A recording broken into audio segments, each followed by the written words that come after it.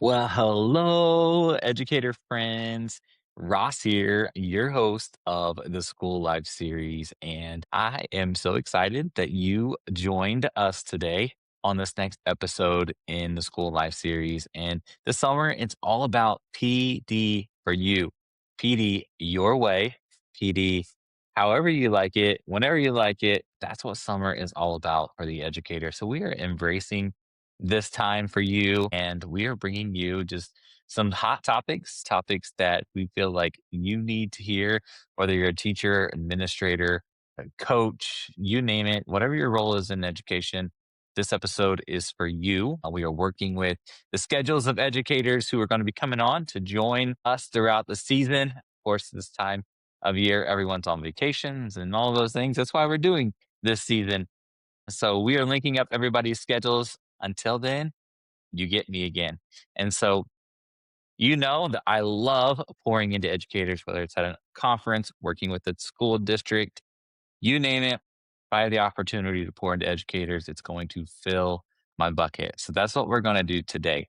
Today's episode is all about student behaviors. And if you are anything in education, you know this one hurts. Student behaviors in 2026 are definitely what we feel are at all-time high for very many reasons, and we're not going to get into those today. What we're going to talk about are 5 leadership shifts that you can make to transform student behavior. So these are big leadership level strategies that you can shift for yourself, but also for your classroom, for your whole school. And so I truly believe that behavior, it may be the problem. We've already acknowledged that, but leadership is the solution and it starts at the top. You can't just focus on one individual student. You can't focus on one individual classroom and expect change. So, I got a couple questions for you as we start here. My first question is: how much of your day do you think right now, like your school day, is spent reacting instead of leading? We're talking about student behaviors right now. So, obviously, that's the sub questions. But what behavior issues consume the majority of your day? What behavior challenges keep you up at night? I know when I was a principal, like there were certain students, and definitely certain behaviors that just kept me up at night trying to figure out how can we support them the best. And then my last question for you is: where do you feel stuck at with student behaviors? Like I'm trying everything, but I just can't figure this out. So I really feel like a lot of schools don't necessarily have a behavior problem, they have a systems problem. That they need better systems in place to support students, to support their behaviors, but also support the teachers and the staff inside them. So for me, when I was a principal, gosh, I know my first year as assistant principal, I was in the red zone, is what I would call it, 99.9% of the time. You know what I'm talking about. The walkie talkie will not stop chirping and going off. You're needed here, you needed there. At one point, I think my office looked more like a Bureau of Motor Vehicles instead of an assistant principal's office. It was like, take a number and I'll get back to you on this. Students were lined up down the hallway. You've been there. You might be there right now. And so this episode is for you. For me, and I want this for you, when student behaviors changed for me and for our school and for our culture was when we stopped being reactive. We started being proactive with student behaviors. Does this mean you're going to have zero student behaviors next school year if you implement these 5 proactive shifts? Absolutely not. Certain students are just going to have their needs. Also, kids are kids. And in the history of kids, there's always been behaviors. It's part of growing up, it's part of how kids develop. So let's dive into these. Number one is to be proactive, not reactive. That's the big picture here. I believe that the best behavior intervention is your presence. Be there. When I was a principal, I made sure that I was visible all the time. Kids would come up to me and be like, I thought you were just there. Now you're here. Do you have some type of superpowers? That's the feeling I wanted them to have, that I was everywhere. And I really was.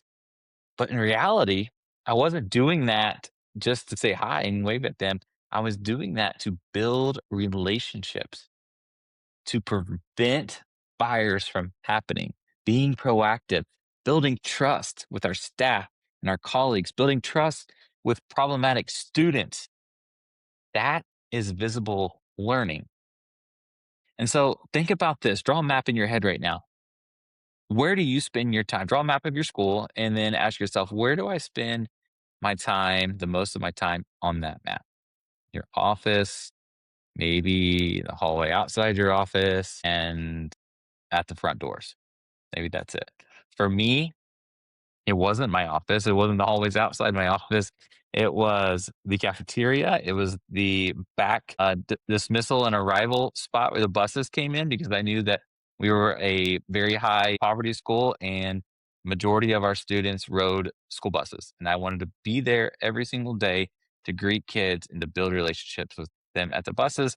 And then the last part was recess. Why? Because recess is where we had a lot of behavior problems, but it was also a time for me to go out and build authentic relationships and at the end of the day, fill my cup too. When I was having bad moments, I wanted to get out and shoot hoops with kids or play a game of Foursquare. That was a time where I could just have fun with students. And so number two here is to pick your battles. This is such a big piece of student behaviors because not every behavior deserves your emotional energy. Also doesn't necessarily deserve your time. Your time is precious. And so I want to introduce something that I call the behavior filter.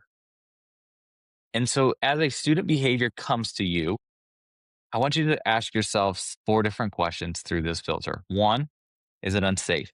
Two, is this disrupting the learning environment? Three, is this disrespectful? And then four, is this developmentally appropriate? Now, if you get through those four questions in the filter and you're still saying yes, then maybe you do need to give it your attention. But if you can say no, maybe just let it go. Let it go. Don't make everything into a big thing. And that's something you need to model to your staff, to your paraprofessionals, everyone in your building that not every single behavior deserves your emotional energy and your time. Should we fight this? Is this just a teachable moment? Can I ignore it? So, your goal isn't to win every single battle. Your goal is to win the relationship. Number three is to engage or lose them. I am a firm believer that behavior is communication. So, in many classrooms, disengagement is often disguised as a behavior, right? You can know what I'm talking about.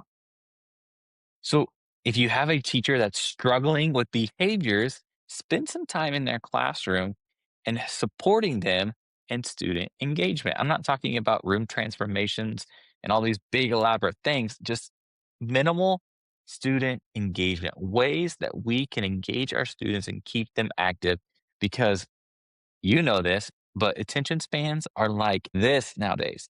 They're non existent. So if we are not continuing to keep students moving and engaged, then yeah, they are going to start acting out.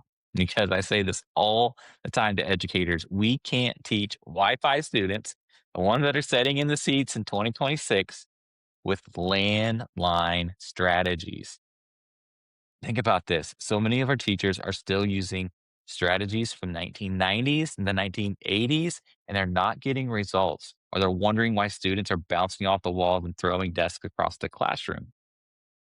I'm not saying put a device in their hand. I'm saying we have to engage them differently. So if I were to walk into your building or any classroom inside your building and poll students and say, hey, what does the engagement in this building look like? What are they going to say? How do you think they're going to answer that? Is it relevant? Is it interactive? Is it fun? Is it meaningful? Or school is school? What do you want your building to look like, feel like? And what do you want learning to be like in your classrooms, in your school?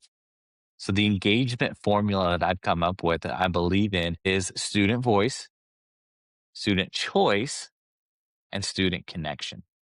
A lot of times we think of engagement as just being flashy and exciting, but in reality, Engagement is these three pieces all coming together, giving students a voice in their learning, giving them a choice and things that they can choose from in their learning. And then most of all, giving them connection with you, but also with each other. And that's going to give you higher engagement. And in return, guess what you're going to get? Fewer behavior issues. Number four is to see the big picture. I think as educators, this is very hard for us sometimes. Just give it time. Just wait until you see the harvest. Think about a tree that you plant in your yard or something you plant in your garden. Does it automatically have shade? Does it automatically grow and give fruit? No, it takes time. You have to water that seed. You have to give it sunlight. So many of our students are the exact same way. Student behaviors are not going to flip. A student is not going to all of a sudden decide to act a certain way. It all takes time. Behavior growth is slow growth. A lot of times we look at student success as a report card, A's and B's. That's not the case. Success for some students is just asking for help, walking away, apologizing, and self regulating, even the small steps. Right now, I want you to think about your toughest student. What does success look like for your toughest student? For me, I remember one particular student named James. He bit me in the forearm, told me he was going to kill me in the first week he was there. By the end of his time in elementary, he was not doing those things. He was engaged in his learning, wasn't cussing out other students. He wasn't punching other students. He wasn't cussing out teachers. And now he's going to graduate high school and be a productive member of our society. That is success. And then number five is my favorite, and that's just to lead with love. Every single student behavior tells a story. So many times as a principal, I get a student in my office and they're mad, they're crying, they might be throwing things. And I go through my list of strategies and calm them down. And I say, "What's up?" And they release and they just start word vomiting. My mom, my dad were fighting last night, or mom's boyfriend was at the house and he was hitting on her. And the police got called and the police didn't leave till 2 a.m. They took him in handcuffs. They tried to take my mom in handcuffs, but I didn't let them take her in handcuffs. Those were real stories that I heard from students that were having behavior issues. How many times do we just need to listen, show them what love is, model love in our buildings, in our hallways, our classrooms? All student behavior is communication. Behaviors say, I need attention. I don't feel safe.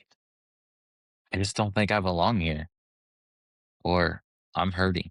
Lead with love. Show empathy in your students. Model empathy day in and day out.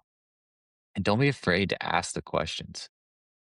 How can I help you? Or what's wrong? So, your five shifts here today. Number one is to be proactive. Number two is to pick your battles. Three is to engage or lose them. Four is to see the big picture. And five is to lead with love. All leadership shifts in your building that you can make on day one. You can make 3 days before school starts by giving the same presentation. Bring me to your school. Let me give this presentation to your staff. And if we can make these five shifts in our classrooms, in our cafeterias, on our buses, everywhere, imagine the success that you can have next school year. Imagine the decrease in student referrals that you will have next school year just by going from a reactive to a proactive approach with your student behaviors. That's all we got for today's episode of the School Life series. Thank you for tuning in. If you have questions, don't hesitate to reach out. You know that I'm in your corner. And until next time, be great today.